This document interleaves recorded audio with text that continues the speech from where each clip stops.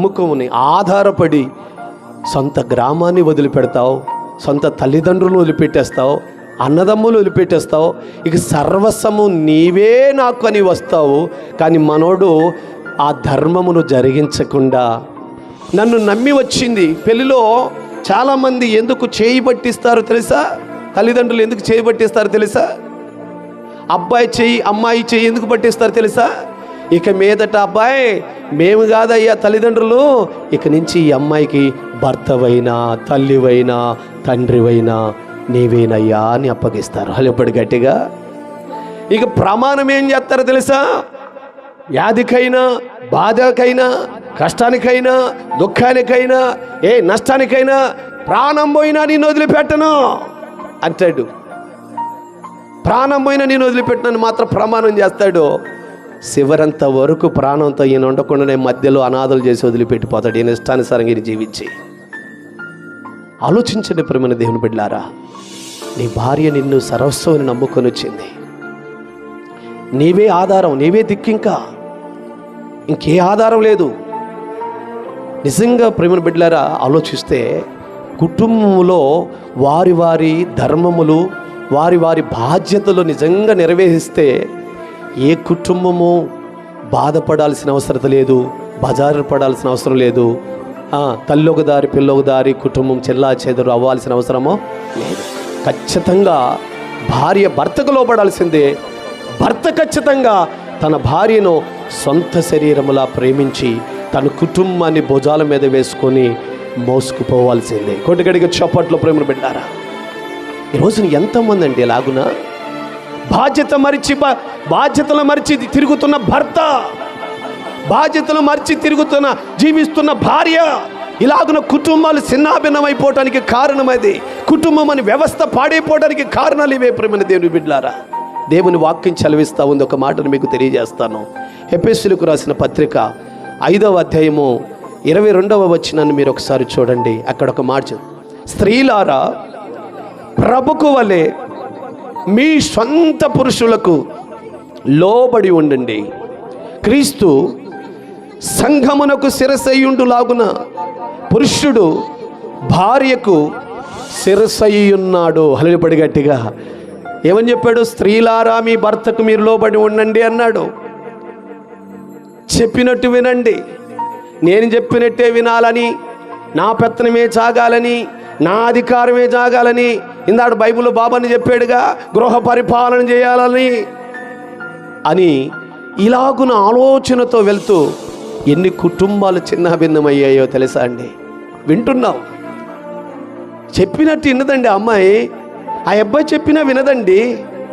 ఆమె ఆలోచనలే, ఆమె తలంపులే, ఎవరు చెప్పినా వినదండి. అలా చేసుకొని ఈరోజు ఎన్నో కుటుంబాలు పతనమైపోతున్నాయని చెప్తున్న మాటలు చెవికెక్కుతున్నాయి. వింటున్నాం ప్రేమ బిడ్డలారా.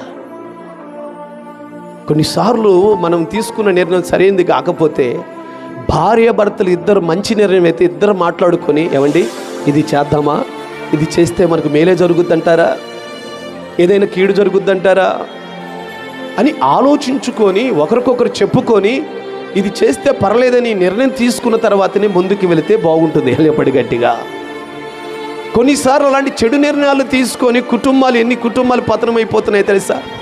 ఎంతమంది బజారు పాలయ్యారో తెలుసా?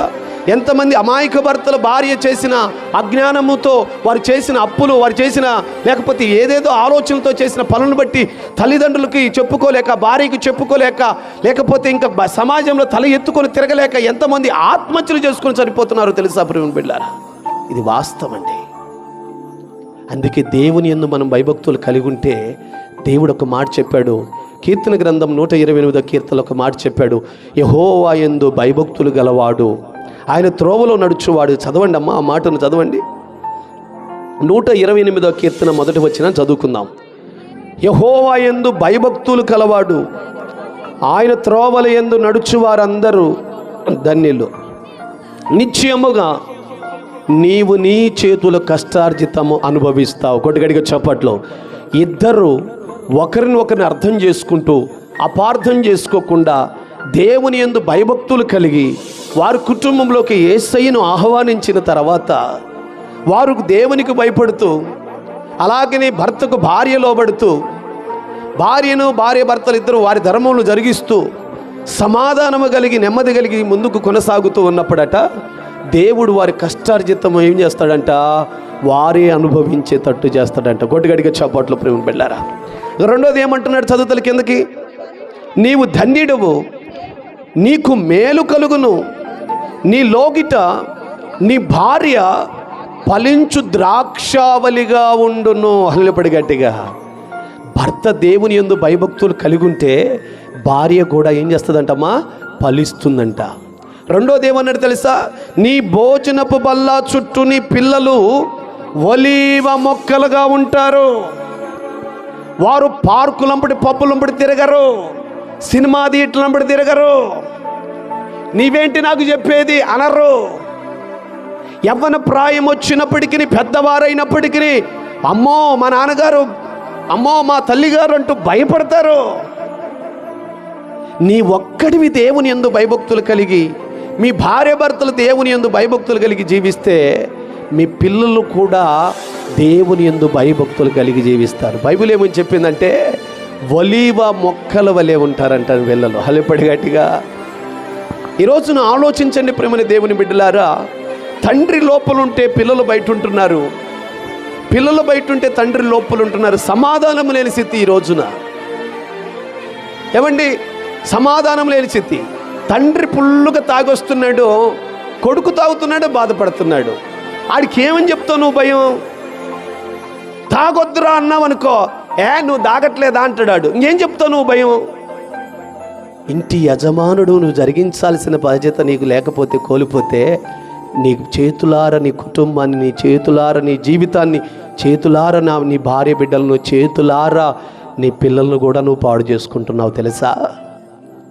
నువ్వు పాడైపోవటమే కాక నీ కుటుంబం అనే వ్యవస్థను నీ చేతులారా నువ్వే పాడు చేసుకుంటున్నావు.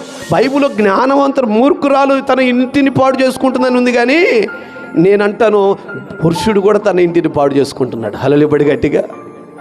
జాగ్రత్తగా ఆలోచించాలి ప్రభువుని బిడ్డలారా. మీరు ఎప్పుడైతే దేవుని యందు భయభక్తులు కలిగి ఉంటారో మీ పిల్లలు కూడా మీతోనే ఫలించేవారుగా ఉంటారు. హల్లెలూయా గట్టిగా. వారి వారి ధర్మములు అంట జరిగించాలని దేవుడు తెలియజేస్తూ ఉన్నాడు. ఈరోజు ఎంతమంది అండి, మనం మంచి త్రోవలో నడిస్తే మన పిల్లలు మంచి త్రోవలో నడుస్తారు. నేను అందుకే చాలాసార్లు మీకు చెప్తూ ఉంటాను, ఏమిటో తెలుసా, మనమే మన పిల్లలకు మాదిరి. హల్లెలూయా గట్టిగా. మనమే మన పిల్లలకు మోడల్. అమ్మా నాన్న అనే పుస్తకాన్ని ముందు చదువుతారు, ఆ తర్వాతనే స్కూల్లోకి వెళ్ళి వాళ్ళు నేర్చుకుంటారు. ఆలోచించండి ప్రేమ. మీకు ఒక అర్థమయ్యే విధంగా చెప్తాను, అర్థమయ్యే విధంగా చెప్తాను. ఎదిగిన ఆడపిల్ల ఉంది ఇంట్లో, ఎదిగిన ఆడపిల్ల ఉంటే ఆమె ఏం చేసిందంటే ప్రేమ బిడ్డలారా, జాగ్రత్తగా గమనించండి. తన భర్త జోబులో నుండి తెలియకుండా కుటుంబ సమస్యల నిమిత్తమే ఒక 500 రూపాయలు డబ్బులు తీసింది అనుకుందాం. ఇప్పుడు ఈ విషయాన్ని ఎవరు చూశారు? తన కూతురు దగ్గర అక్కడ ఎదిగిన కుమార్తె చూస్తూ ఉంది.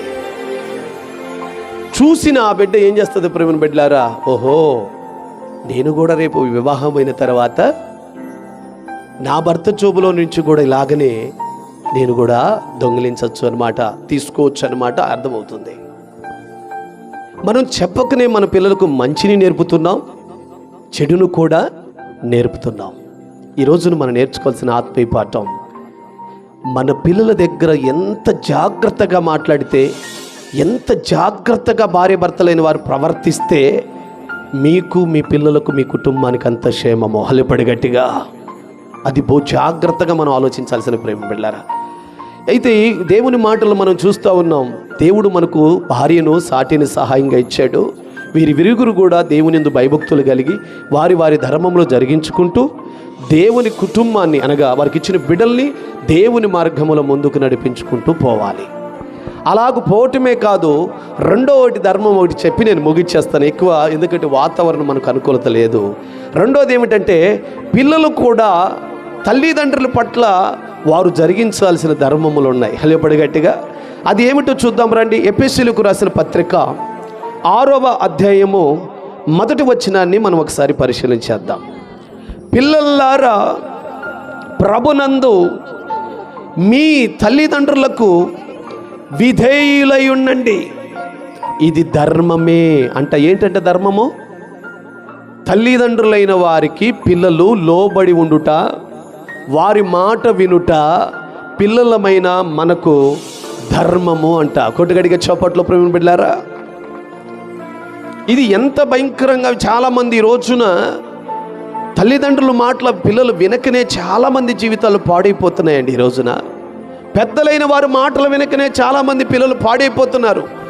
చెడు స్నేహాలకు అలవాటు పడ్డారు, తాగుడుకు అలవాటు పడ్డారు, డ్రగ్స్కి అలవాటు పడ్డారు, సిగరెట్లు, బీడీలకి, పానుపురాకులకి, ఏటో వాటికి అలవాటు పడి చిన్న వయసులో వారి జీవితాలు పాడు చేసుకుంటున్నారు. ప్రేమ బిడ్డలారా, ఇక్కడ ఎఫెసీ సంఘానికి రాస్తా ఉన్నాడు. ఎంత చక్కగా చెప్తా ఉన్నాడండి పరిశుద్ధుడైన పౌలు గారు. ఏమంటున్నాడమ్మా? 6వ అధ్యాయం 1వ వచనం, పిల్లల్లారా ప్రభునందు మీ తల్లిదండ్రులకు విధేయులై ఉండండి, ఇది ధర్మమే. మీకు మేలు కలుగునట్లు నీ తండ్రిని నీ తల్లిని సన్మానించుము, అప్పుడు నీవు భూమి మీద దీర్ఘాయుష్యమంతుడు అవుతావు. హల్లెపడి గట్టిగా, దీర్ఘాయుష్యమంతుడు అవుతావు. తల్లిని తండ్రిని ప్రేమించకపోతే మేలు కలిగేది లేదు. తల్లిదండ్రుల్ని దుఃఖపెట్టితే నీకు అది క్షేమము కాదు. ఇది విషయం తెలుసా? ముందు తల్లిదండ్రులని నీవు ప్రేమించాలి, సన్మానించాలి, వారి మాటలకు విధేయులై ఉండాలి. ఇది పిల్లలుగా దేవుడు మనకిచ్చిన ధర్మం. ఎందుకని? 9 నెలలు నిన్ను గర్భములో మోసి కనిపెంచి నిన్ను గొప్పవారిగా ప్రయోజకుడిగా చేశారు. కన్న వెంటనే వదిలిపెడితే నీ అన్నం నువ్వు తినేవాడివేనా? కనిన వెంటనే నిన్ను వదిలిపెడితే నీ స్థానం నువ్వు చేసేవాడివేనా? కన్న వెంటనే నిన్ను వదిలిపెడితే, తల్లిదండ్రులు పట్టించుకోకుండా వదిలిపెడితే నీ నీ నీ జీవిత గమనం ఉండేదేనా? అసలు ఎక్కడ ఉండేది? ఆచూకు ఉండేదేనా? నడక నేర్పించి, మాట నేర్పించి, విద్యాబుద్ధులు నేర్పించి, భోజనం పెట్టి, వారు కడుపును ఆయిగట్టుకొని నీ కడుపు నింపి, భుజాల మీద ఎత్తుకొని నిన్ను ఆడిపించి, గుండెల మీద ఆడిపించి, ఇలాగు చేసి తల్లిదండ్రులు పెంచి ప్రయోజకులు చేసిన తర్వాత ఆ తల్లిదండ్రుల కష్టాన్ని, ఆ దుఃఖాన్ని మర్చిపోతున్న వారు చాలామంది ఉన్నారు. ప్రేమ బిడ్డలారా, మర్చిపోకండి. దేవుని తర్వాత సేవకుడు, సేవకుడు తర్వాత నీ తల్లిదండ్రులే. కొట్టుగడిగా చప్పట్లు ప్రేమ బిడ్డలారా. ఎంత చేసిన వారి రుణం మనం తీర్చుకోలేమండి. ఎందుకని అంటే, చిన్నతనములో మాకు సరైన తిండి వసస్థ లేనప్పుడు, వస్త్రాలు లేనప్పుడు, చిన్న పిల్లల్ని మా తల్లిగారు నేదర పిల్లల్ని తీసుకెళ్ళి కలుపు తీయటానికో పత్తికో వెళ్ళినప్పుడు అందరు పోటీ పెట్టేవాళ్ళు. ఆమె పిల్లల్ని తీసుకొచ్చింది కదా, మేము కూడా పిల్లల్ని తీసుకొస్తామని. మురుసూపు సైదమ్మ అమ్మగారు ఉన్నారు. ఆమె పోటీ పెడితే నేను ఒప్పుకోను, ఆమె పట్లు వాళ్ళ పిల్లల పట్లు ఎప్పుడు ముందుంటాయి అనేది. నేను మా తమ్ముడు ప్రసాద్ మేమిద్దరం ఉండే, మా అన్నయ్య మెకానిక్ నేర్చుకుంటున్నాడుగా, మేమిద్దరం ఉండేవాళ్ళం. క్యారేజీలు అందరూ ఒకసారి పెడితే మా అమ్మ మాత్రం ఆ క్యారేజ్ ఎక్కడ పెట్టిందంటే పట్టలోని మా ముందే ఉంటుంది, వాటర్ బాటిల్, నీళ్ళు, క్యారేజీ. ఎందుకో తెలుసా? ఎప్పుడు ఆకలైతే అప్పుడు నా పిల్లలు తినాలని. మేము నామకార్థంగా పట్టెలో కొడవలు పట్టుకొని నిలబట్టమే తప్ప, ఒక పట్టె మమ్మల్ని ముందుకు తీసుకెళ్తుంది, అరే నువ్వు పోయి ముందు కూర్చోపోనా అంటది. ముందు కూర్చుంటాం. మళ్ళీ మా తమ్ముడు పట్టి అలాగ ఎదురు తీసుకొని వచ్చి వాడిని ముందుకు పంపిస్తుంది. ఆ తర్వాత ఆమె పట్టి తీసుకుంటూ అలా వచ్చేది. అందరికంటే కూలి తీసుకుంటున్నాం కదండి, జీతం తీసుకుంటున్నాం కదండి, బైబిల్ కొద్దిగా పెరిగింది కదండి, వరదాగా వారు సొమ్ము తీసుకోకూడదని అందరికంటే ముందుగానే ఉండేది. ప్రేమ బిడ్డారా, కొట్టుగడికి చోపట్లో మాకెప్పుడు ఆకలి అయితే అప్పుడు తినేవాళ్ళం. మా సద్ది మా దగ్గర ఉండేది, ముందుండేది, మా క్యారేజ్ మా దగ్గర ఉండేది. మధ్యాహ్నం టైంలో మా అమ్మకు ఆహారం ఉండేది కాదు, ఏదో అడుగున ఒక ముద్దుంటే తిని నీళ్ళు తాగేది. మా కడుపు నింపి ఆమె కడుపు నాయగట్టుకుంది. ఈ రోజున ఇప్పటికి కూడా ఇంటికి రాగానే అమ్మా నువ్వు తిన్నావా అని అడుగుతూ ఉంటాను మా అమ్మని. నేను అన్నం తినేటప్పుడు ఖచ్చితంగా నేను ఏదైతే తెచ్చుకున్నానో, ఏదైతే తింటున్నానో నా తల్లికి పెట్టకుండా ఒకవేళ నేను తింటే ఆ రోజు నా మనశ్శాంతి ఉండనే ఉండదు. అల్లెప్పటి గట్టిగా. కారణం ఏమిటంటే, నా తల్లి నా కోసం పొట్ట ఆయగట్టుకొని నా కడుపు నింపింది. ఆ రోజును గుర్తు చేసుకున్నాను. ఈ రోజున ఏది ధర్మమో. నువ్వు బయట నువ్వు ఎంత గొప్పవాడివైనా నీ తల్లిదండ్రుల్ని సన్మానించకుండా, నీ తల్లిదండ్రులు ప్రేమించకుండా, నీ తల్లిదండ్రులకు ఒక పిరకడ అన్నం పెట్టకుండా నువ్వు ఎంత గొప్పగా వెదిగినా నీ జీవితంలో నువ్వు వెదిగినావు అనుకుంటావేమో, కానీ అది దేవుని దృష్టిలో శూన్యము మాత్రమే. హల్లబడి గట్టిగా. ఈ రోజున తల్లిదండ్రులు ఎంతమంది పట్టించుకుంటున్నారు? బైబిల్లో ఉంటుంది, అన్న బైబిల్లో నీ తల్లి నీ తండ్రిని వదిలిపెట్టి భార్యని ఎత్తుకోమని చెప్పాడు కదన్నా. అవును, తల్లిదండ్రులను వదిలిపెట్టి భార్యని ఎత్తుకోమనేది ఎందుకంటే ఆ తల్లిదండ్రుల్ని వృద్ధాశ్రయంలోనో చించెట్టి కిందనో లేకపోతే ఊరు బయటనో ఒక మూట ఇచ్చి వదిలిపెట్టుకోమని కాదయ్యా. తల్లిదండ్రులను వదిలిపెట్టమని నీ భార్యని ఎందుకు ఎత్తుకోమన్నాడు చెప్తా విను.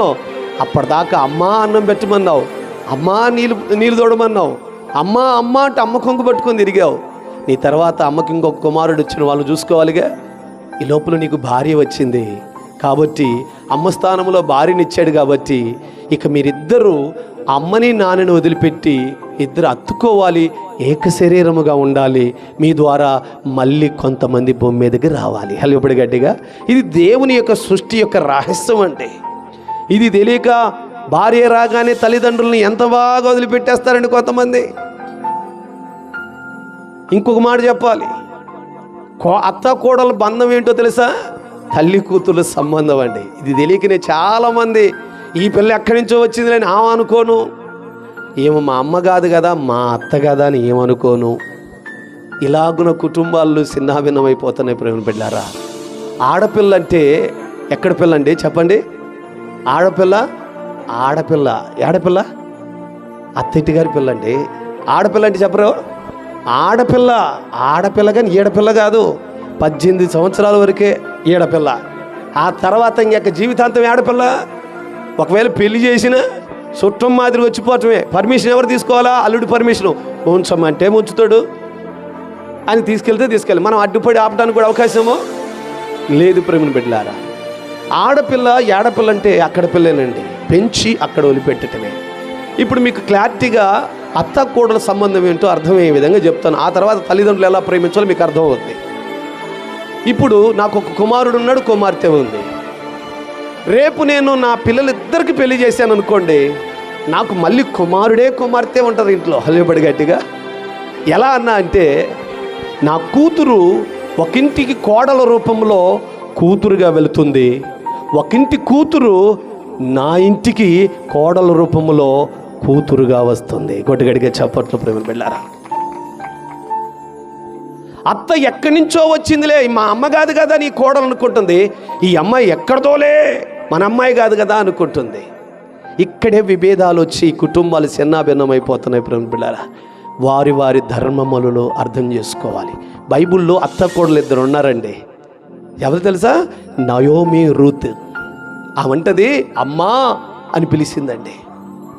అత్తమ్మ కాదు, అమ్మ అని పిలిచింది. ప్రేమను బిడ్డలారా, వాళ్ళిద్దరు ఎంత ప్రేమగా ఉన్నారయ్యా అంటే ఆ కుటుంబం అంత సంతోషంగా సాగిపోయింది. ఈ అత్త కోడలకు పడనప్పుడు మధ్యలో ఎటు చెప్పాలో అర్థం కాక అల్లాడిపోతాడు పాపం మనోడు. ఎవరు తెలుసా? కొడుకు. అమ్మకి చెప్పాలనా, ఇటు భార్యకి చెప్పాలనా? అమ్మ కళ్ళు మాట్లాడామంటే భార్య ఏమంటది? మీ అమ్మ కళ్ళు మాట్లాడామంటదేమో. పోనీ భార్య కళ్ళు మాట్లాడాడు అనుకోండి, ఒకవేళ మీకేం తెలుసండి పురుషుల బాధ. అలాగే బడి గట్టిగా ఏమా, ఒకవేళ భార్య కళ్ళు మాట్లాడా అనుకో, ఒరే నాకు అర్థమైపోయిందిరా, పెంచిన మమ్మల్ని మర్చిపోయి ఏదో నిన్న అమ్మని వచ్చిన అదంట. ఎవరు? బిడ్డ కాదట, అది ఎక్కడి నుంచో వచ్చిన అది. ఎంత బాగా మాట్లాడతారండి. దాని మాటలంటున్నావురా, నువ్వు మారిపోయావురా, తల్లిదండ్రులను మర్చిపోయావురా, నీ కళ్ళు నెత్తికెక్కాయిరా అంటూ ఇది చెప్పాలండి పాపం అమ్మాయికుడు. మీరిద్దరు బాగుంటే వాడు ఏ పని చేసి వచ్చినా ఆనందంగా ఉంటాడు. కొట్టుగడిగా చెప్పట్లు ముందు అది. కుటుంబంలో మీరు చక్కగా ఉంటే ఆ దేశాన్ని రాష్ట్రానికి వెళ్ళి వస్తాడు. వాళ్ళు ఎప్పుడు గట్టిగా. ఈ రోజున చాలామంది తాగుళ్ళకు బానిస అవ్వటానికి కూడా కొంత కుటుంబ సమస్యలే ప్రేమను వెళ్ళారు. మీరేం తప్పుగా అనుకోబాకండి, ఉన్నదన్నట్టు మాట్లాడేస్తున్నా. కుటుంబ సమస్యలేనండి. భర్త పని చేసుకుని వచ్చితే ప్రశాంతంగా ఆయన బాధపడి వస్తే ఆప్యాయతగా ప్రేమగా పలకరించి తల్లి మాదిరిగా దగ్గర తీసుకోవాలంటే అసలు భార్య ఎక్కడున్నాయి? ఎంత పని చేసినా ఎంత చేసినా అయ్యా ఎలగబెట్టాడు, నెత్తినేసిన కాడి నుంచి అంతే, అయ్య సమ్మడం ఏం చేసినా అంతే అంటావు. ఇంకే ఆడికేమనిపిస్తుంది, చెయ్యి జీవితం పాడుగాను, ఎంత చేసినా సుఖం లేదు. ఎప్పుడన్నా పొగిడిందా? అలాగని ఈ పురుషుడు కూడా ఎప్పుడన్నా ఏదైనా కూర చేసినప్పుడు అది ఉప్పు చాలకపోయినా, అబ్బా నువ్వెంత బాగా చేస్తావు అమ్మాయి, నీలాగా అసలు ఎవరు చేయలేరంటే ఆమెకి ఎంత ప్రేమో హల్లిపడి గట్టిగా. అసలు అర్థం చేసుకుంటే కదండి ఇల్లు జీవితాల్లో. ఎప్పుడు చూసినా మొదట్లో నువ్వే నా దేవత, నువ్వే నా దేవత అంటాడు, రాను రాను నువ్వే దయ్యంలో ఉన్నావు, దయ్యంలో ఉంటాడు. ఇక తర్వాత ఇలాగున్న ఒకరినొకరిని అర్థం చేసుకోకపోవటం వల్లనే అపార్థాలు, అపవాదికి చోటు ఇవ్వటం వల్లనే ఒకరొకరు ద్వేషం. ఈ మధ్య ఒక స్టోరీ విన్నాను, ఏంటో తెలుసా? నువ్వే నా ప్రాణం, నువ్వు లేకుండా నేను ఉండలేను, నువ్వంటే నాకెంత ఇష్టం తెలుసా అన్నాడు. నువ్వు మంది దాగు చస్తావా, నన్ను మంది దాగు సమ్మంటావా అంటున్నాడు. ఏమైంది ఈ లోపల?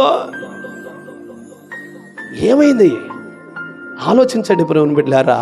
అంత ప్రేమ కలిగిన వాడు ఇలాగా ఏమైపోయిందంటే వారి మధ్య సమాధానము లేకుండా పోయింది.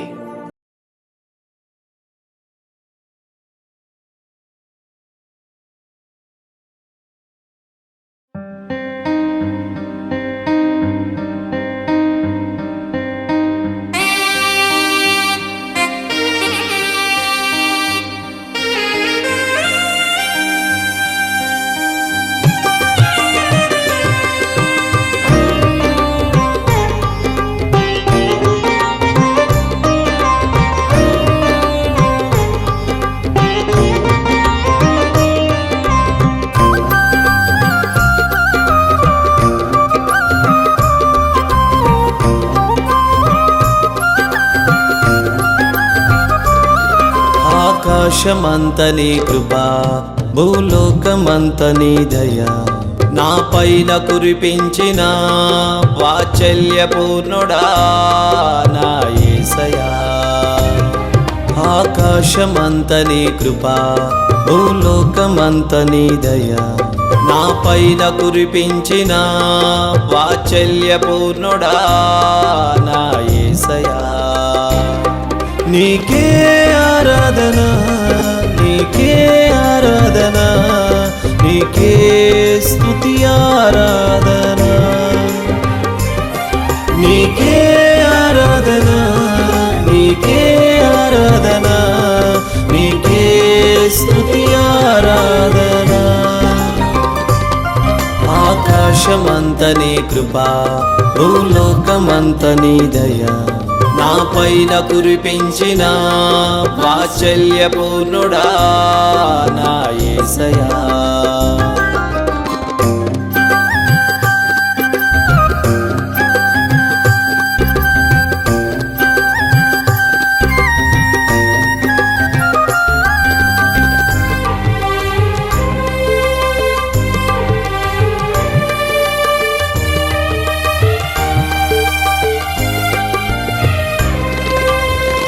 వాక్యమైన నీవు నాకై శరీరమైనావు, శరీరమైన నేను వాక్యమై పోవాలని.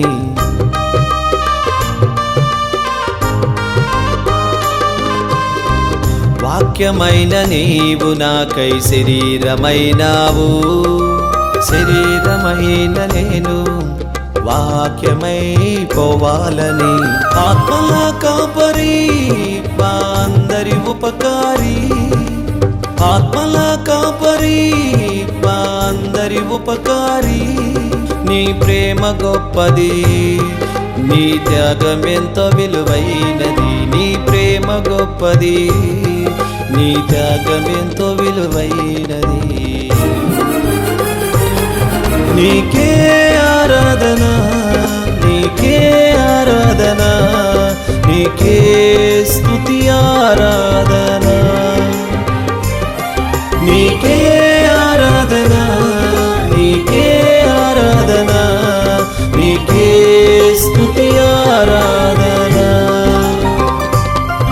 ఆకాశ ఆకాశమంత నీ కృప భూలోకమంత నీ దయ నా పైన కురిపించిన వాత్సల్య పూర్ణుడా నా యేసయ్యా.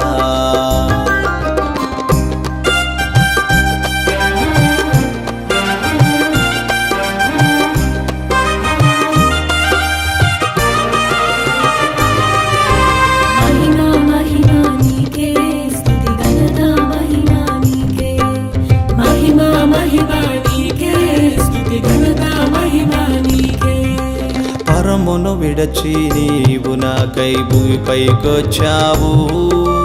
భూమిపైన ఉన్న నేను పరమున నీతో ఉండాలని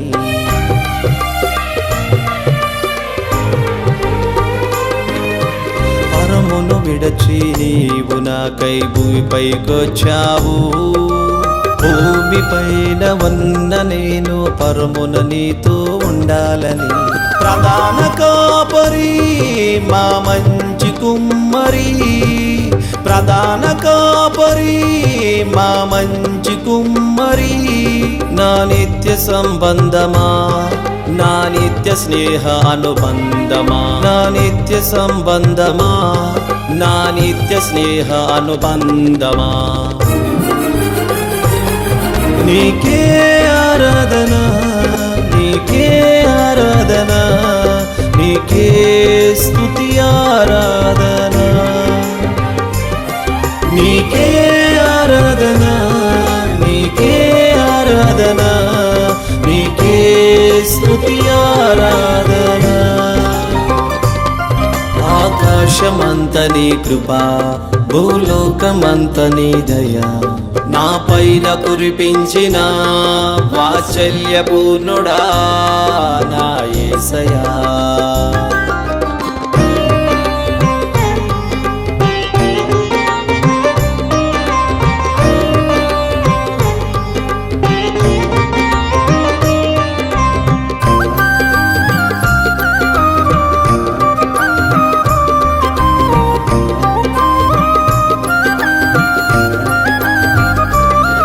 సింహాసనాన్ని విడిచి నీవు నాకై సిలువను ఎక్కావు. నీ సింహాసనమో ఎదుట నేను నీతో ఉండిపోవాలని